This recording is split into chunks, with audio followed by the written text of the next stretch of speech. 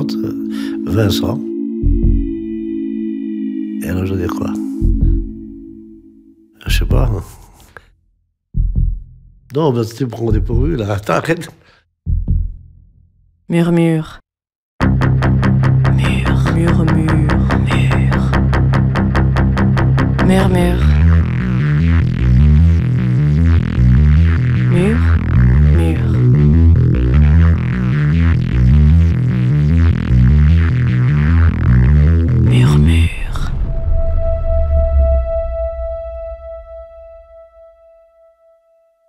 Je m'ennuie. Bah, je me lève tôt le matin. Je me lève, je me lave, je mange. Je regarde cette télé parce qu'il n'y a rien d'autre à faire.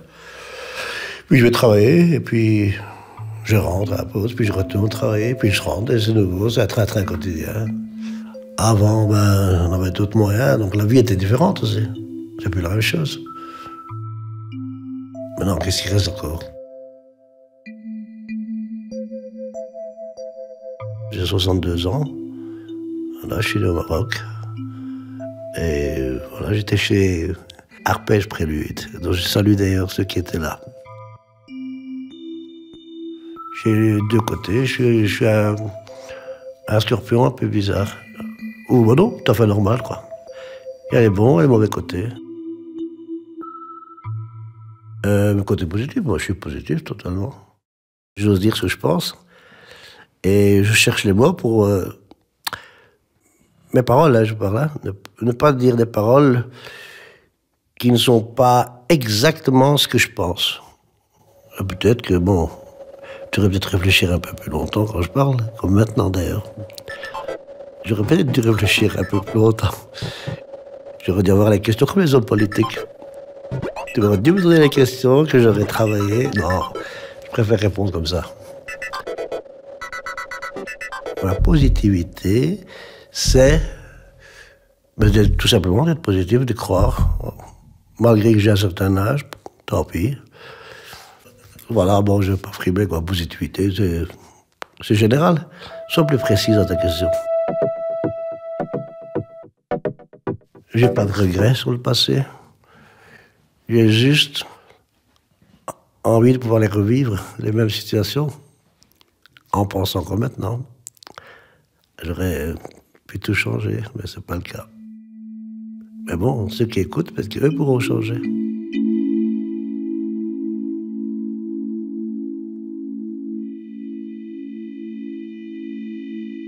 C'était quelque part involontaire, l'impulsivité.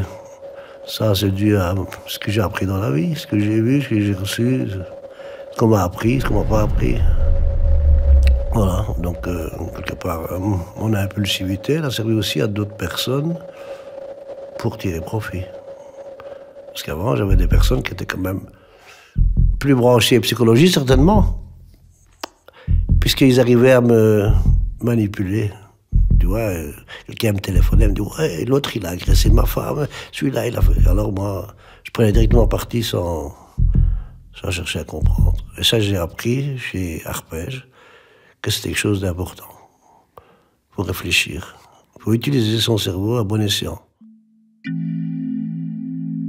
L'impulsivité, ben, tu te lâches et puis c'est tout.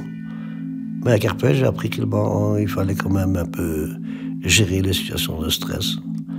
Dans le bon sens du terme, ben, j'espère que j'apprendrai encore.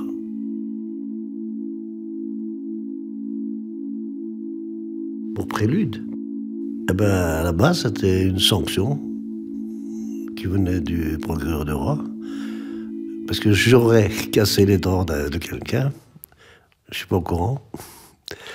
Mais bon, voilà. Donc j'avais une sanction de 50 heures. Une sanction qui s'est retrouvée que... Pour moi, c'était plus une sanction. C'était positif. Le but, c'était d'être toujours à l'heure, de gérer la situation de groupe. Et on a appris beaucoup de choses très intéressantes. D'ailleurs, s'il faut, je donne un exemple. Eh ben, je donne un exemple.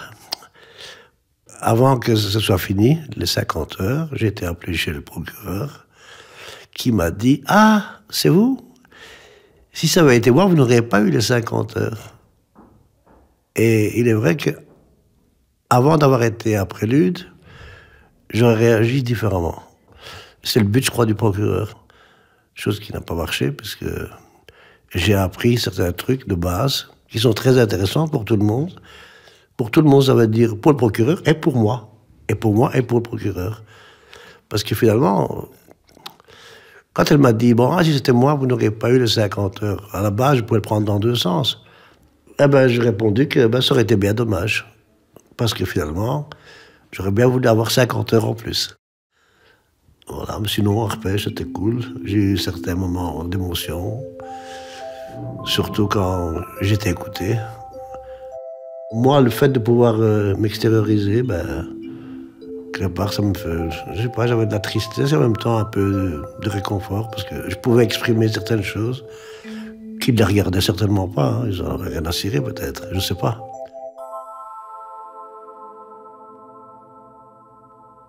On parlait beaucoup de justice et tout, machin. Moi, j'ai remarqué que moi, j'étais contre l'injustice. Voilà, j'étais un fou de justice, finalement. Donc, quelque part, j'étais un Robin des Bois. Ouais, parce que j'ai toujours aidé les plus faibles. Les plus faibles, tout simplement. Ça a toujours été dans ma personnalité. Mais il y a toujours de l'injustice, quelque part. Moi aussi, je peux être injuste, des fois. Avant, en prélude, par exemple. Je pouvais aussi être injuste, de réagir comme ça, si violemment pour une bêtise. Il fallait pas, j'étais con. Je sais peut-être toujours, mais bon, un peu moins peut-être.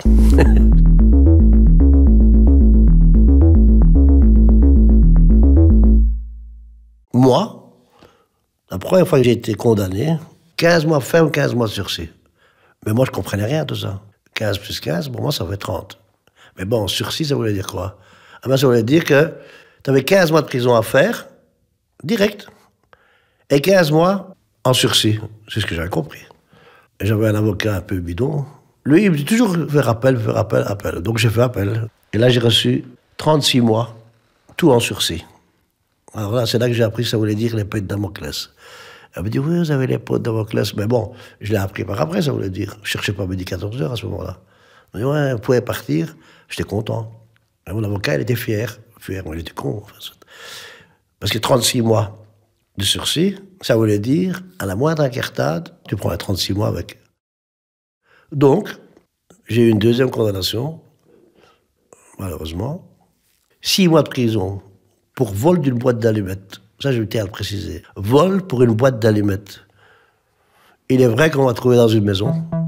Comment j'y suis arrivé? Je ne sais plus trop bien. Je me rappelle du début, quand j'ai rencontré le mec. Mais par après, je ne sais plus. Pas de détails. Mais n'empêche que sur le mandat d'arrêt, il y a marqué vol avec effraction, vol d'une boîte d'allumettes. Et prendre 6 mois ferme, plus les 36 mois, bien sûr. Pour vol d'une boîte d'allumettes, là, ça a été... qui a débordé.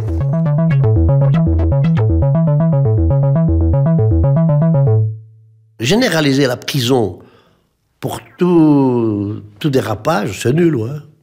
Il y a d'autres solutions. Ça dépend ce que tu as fait. Ça dépend qui tu es, ce que tu as commis comme délit. Si tu as un mec qui fait des trucs vraiment mal, ça veut dire, je sais pas moi, intensément et volontairement. Ça veut dire quelqu'un qui va... je comprends que tu peux être puni, c'est tout à fait normal. De la prison, là oui. Mais pour des gens qui ont glissé sur un pot de banane, qui ont fait des bêtises comme moi quand j'étais tout petit, la prison, c'est un peu nul.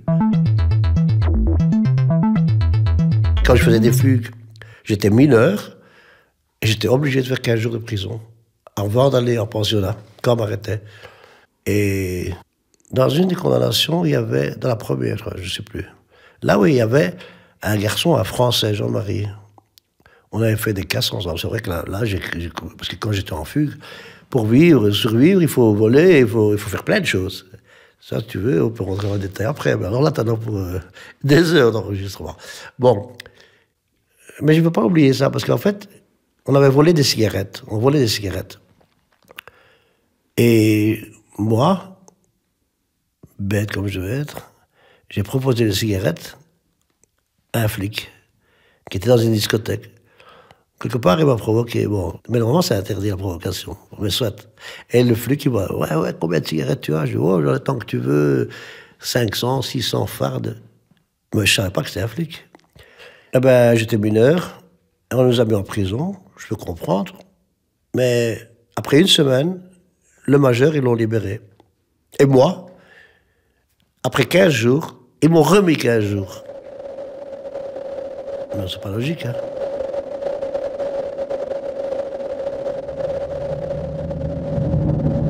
Tu es prison, on parle prison, P-R-I-S-O-N, et S, parce qu'il y en a plusieurs. Mais il faudrait peut-être aller faire un tour dans les prisons. Tu as 3, 4 personnes dans une cellule de 9 mètres carrés, qui puent, qui schlinguent. Et puis tu as des bâtons qui sont... Pas tous, hein. Je mets pas tout le monde dans le même panier. Mais beaucoup. Qui profitent aussi. Des gardiens de prison, madame. Maton, c'est le nom, on les appelle les matons.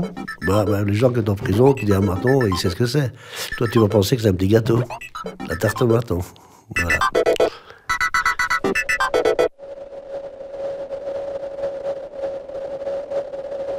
J'étais dans cette prison, je crois que c'était à l'LC, à Forêt, là.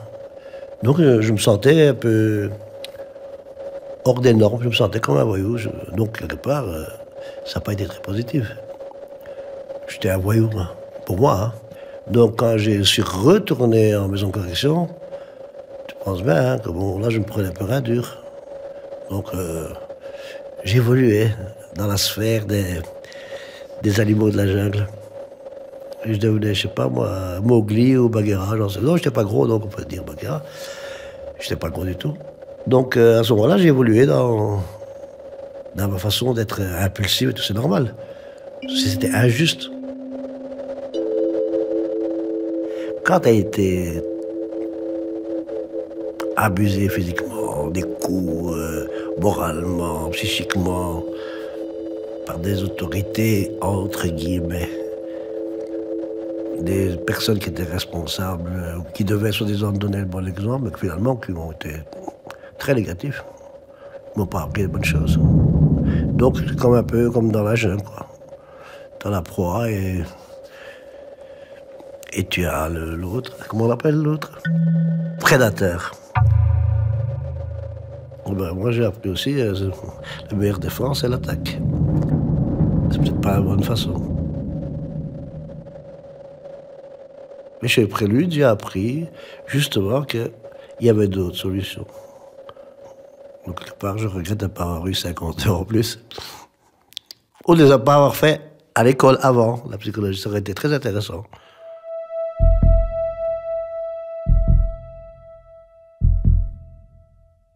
J'ai fait souffrir mes parents par mes fugues.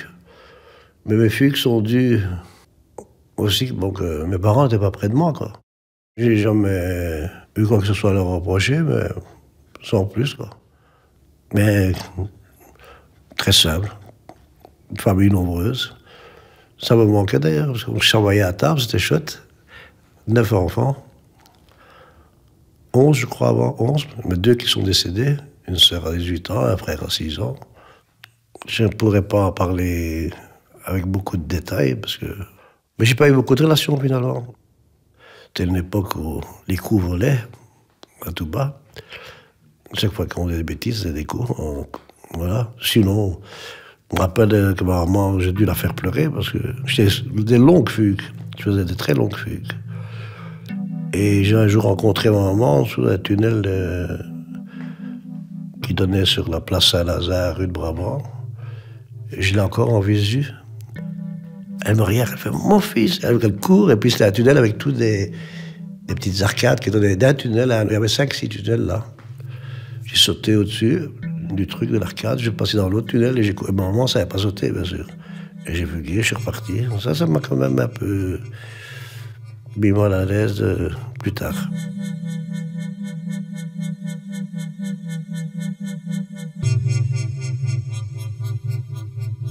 La liberté. Mais on n'a pas de liberté, je sais pas, difficilement te l'expliquer. La liberté, c'est un peu celle que tu prends. Celle que tu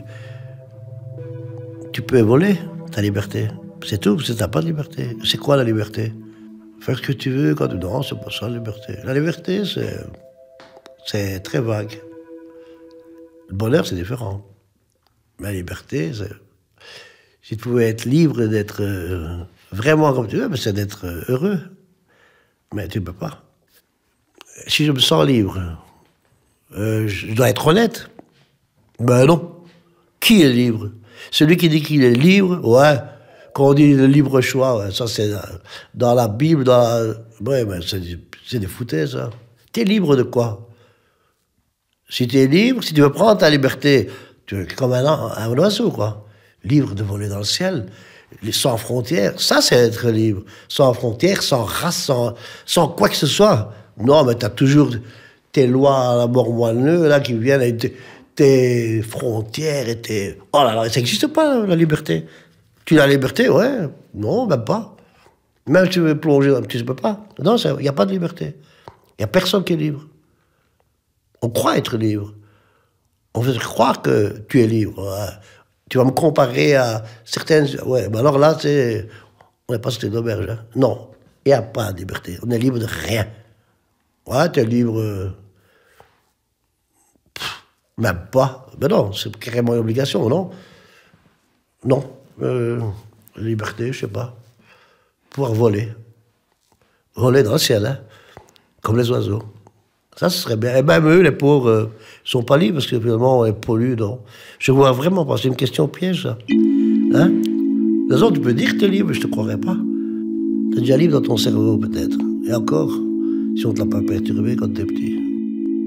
Je sais pas, parce que moi, je me crois sain d'esprit. Mais des fois, je me pose la question. Hein, la Matrix, hein?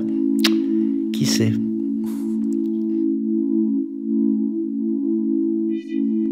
Oh!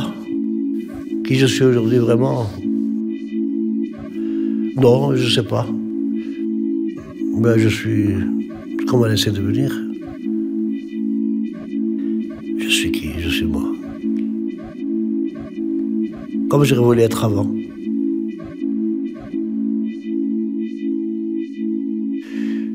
Heureux.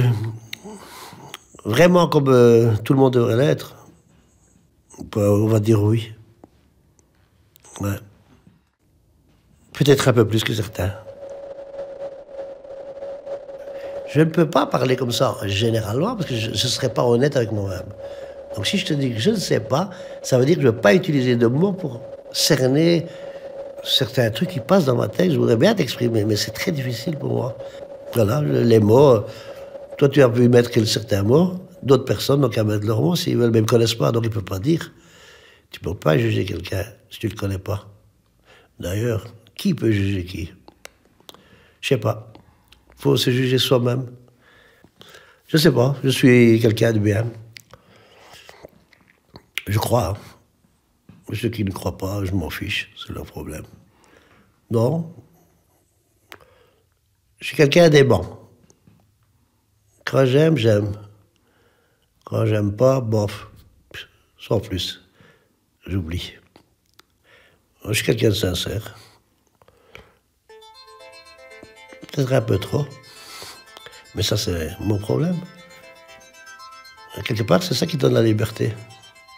Ah, voilà, tu t'as posé une question tout à l'heure. Quelque part, pouvoir être sincère comme ça, c'est une liberté. Je m'en fous des conséquences. Parce que de toute façon, quand on part, on part. Je sais pas, honnêtement. Qui je suis pour toi?